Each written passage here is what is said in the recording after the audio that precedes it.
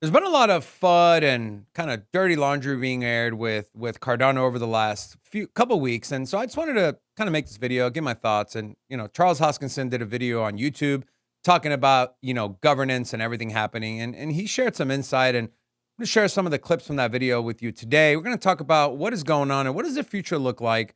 Is this something that us as Cardano holders, myself included, should be worried about? What are some things we can do to dispel some of the issues that Charles lays out? And also, he said in the video, everyone always talks about Cardano doesn't have a stable coin, doesn't have USDT, USDC. Sounds like someone kind of screwed that up in 2021 and what we can do moving forward. We'll talk about that as well. So like the video, subscribe to the channel. Let's start. I want to start here at around the 11-minute, 55-second mark. Again, this was posted on Charles Hoskinson's YouTube channel. And he talks about what happened with the voting, with the catalyst voting, that a lot of the big voices in the Cardano community kind of came out against and said, what is going on? What is the Cardano Foundation doing? And Charles kind of lays out what we can do about it. So let's jump in here and let's listen to Charles here. We'd have productive conversations occasionally and sometimes unproductive conversations. That's the nature of governance. We wanted them for a very early part to be involved in the drafting of SIP 1694 with the community and the drafting of... And just to give it some context, he's referring to the Cardano Foundation. Okay. Of the Constitution. Some of the members of the CF, like Matthias Bencourt, did participate, and we were very glad to have them there and very glad to have them in the Interim Constitutional Committee training. Unfortunately, though, the level of participation with the constitutional side was not significant. I personally funded the Constitutional Convention, even though I wanted it to be co-funded by the Foundation. It was not a priority. We also really wanted the Foundation Summit to be in Argentina so the entire community could have been part of that constitutional process. They chose to do it in Dubai again.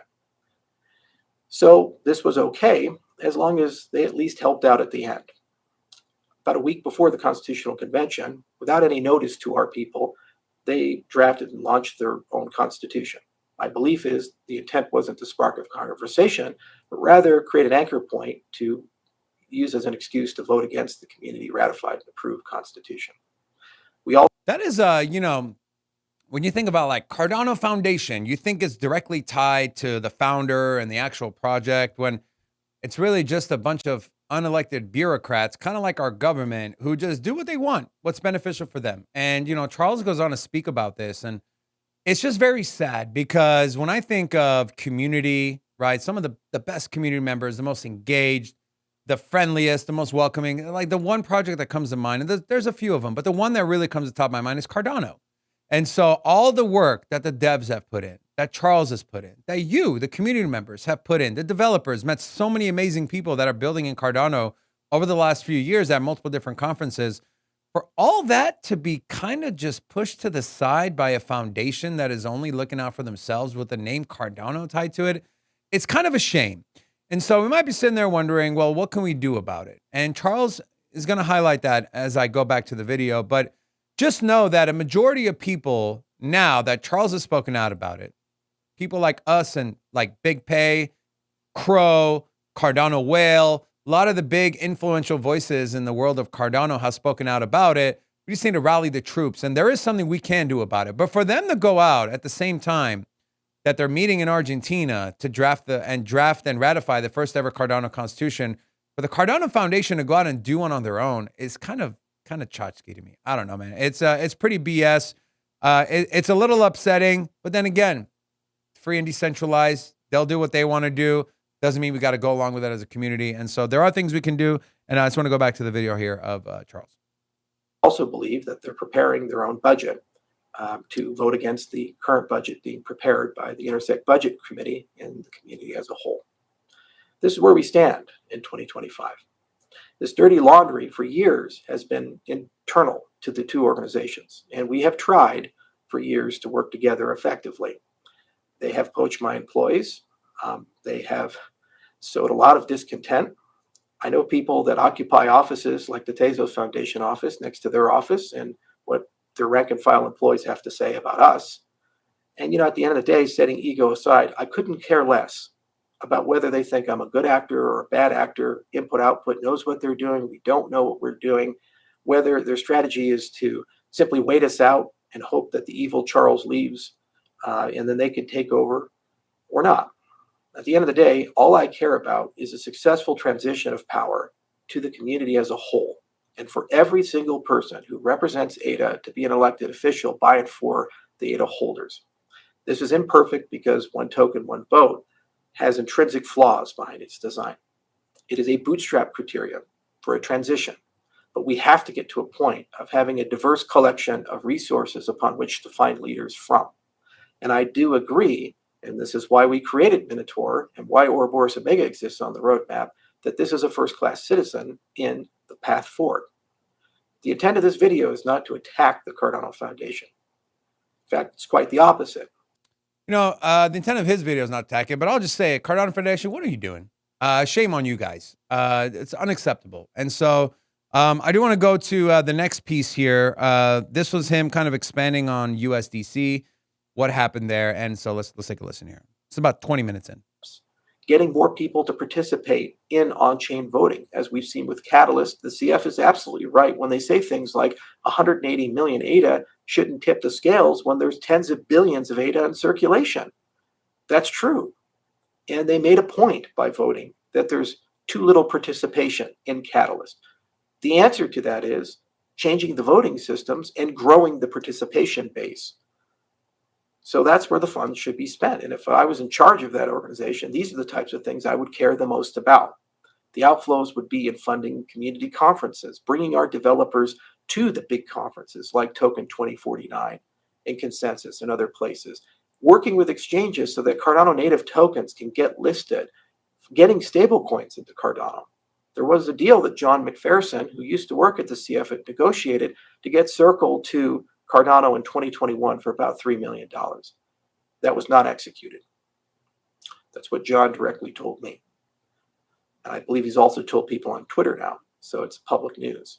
Whether he's lying or not, I do believe it because I know Polkadot got the same deal. And I also know Algorand got a similar deal. You forget that their CFOs and CEOs ended up working for me. So kind of know how the ecosystem works. That deal's no longer on the table. It's much more expensive. These are things we need. We need good oracles in our ecosystem. We need better representation in the VC class. We need A16Z to like us because they're forming a cabal right now with the US government. And you see people like Coinbase and Consensus and A16Z and BlackRock come together, and they're going to have an enormous amount in the Trump administration's influence over crypto policy. And if they choose to exclude Cardano, it's going to be very difficult for us as an ecosystem. So we need to find ways to partner and work with them. This is what a governance body can do well. They can have the uncomfortable, difficult, and long arc conversations.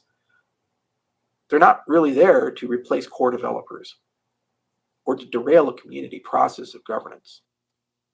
So if you heard the man himself, if you're an ADA holder, vote, participate in the governance. That is the whole point of what Voltaire stands for, is to hand the keys over to you, the community, the people that have been holding on, whether you just bought Cardano, you bought 5 years ago, you bought 2 months ago, you have a little bit, you have a lot, you're the top holder, you're the lowest holder, doesn't matter. If everyone participates and we take this thing serious, then people like or entities like the Cardano Foundation can't come in with 100 million tokens and completely lambaste and bamboozle the plans that the community wants.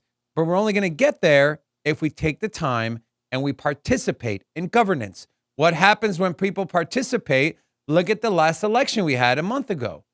People participated at almost record numbers, and the outcome was what a majority of people wanted.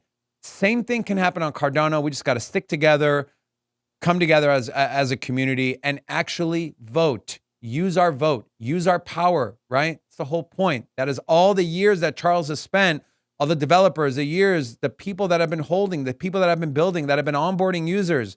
It all comes down to this. And if we sit idly on the side and we don't do anything and we just wait for a number to go up, then honestly, sell your coins and go buy something else that just has better pumponomics. Really do. I have held my Cardano even through the top of the market, right? I bought some at the top and I held. I didn't sell because I believe in the ethos of what Cardano is doing. And I want to say a majority of people watching, you probably are in the same camp as well. we make money along the way, great. But we believe in something bigger than just number go up. And if you're part of that group, I encourage you, vote for a lot of these projects, be part of the ecosystem. That there is not one other cryptocurrency project that exists that on a fundamental level with governance and having their community be involved, there's not one that exists to the level that Cardano does. And if we come together, like Charles says, we can do great things together and make Cardano really the top tier of layer one and what it can really do moving forward. So thank you so much for watching. I know this is not the typical Cardano video we do, but I think it's important.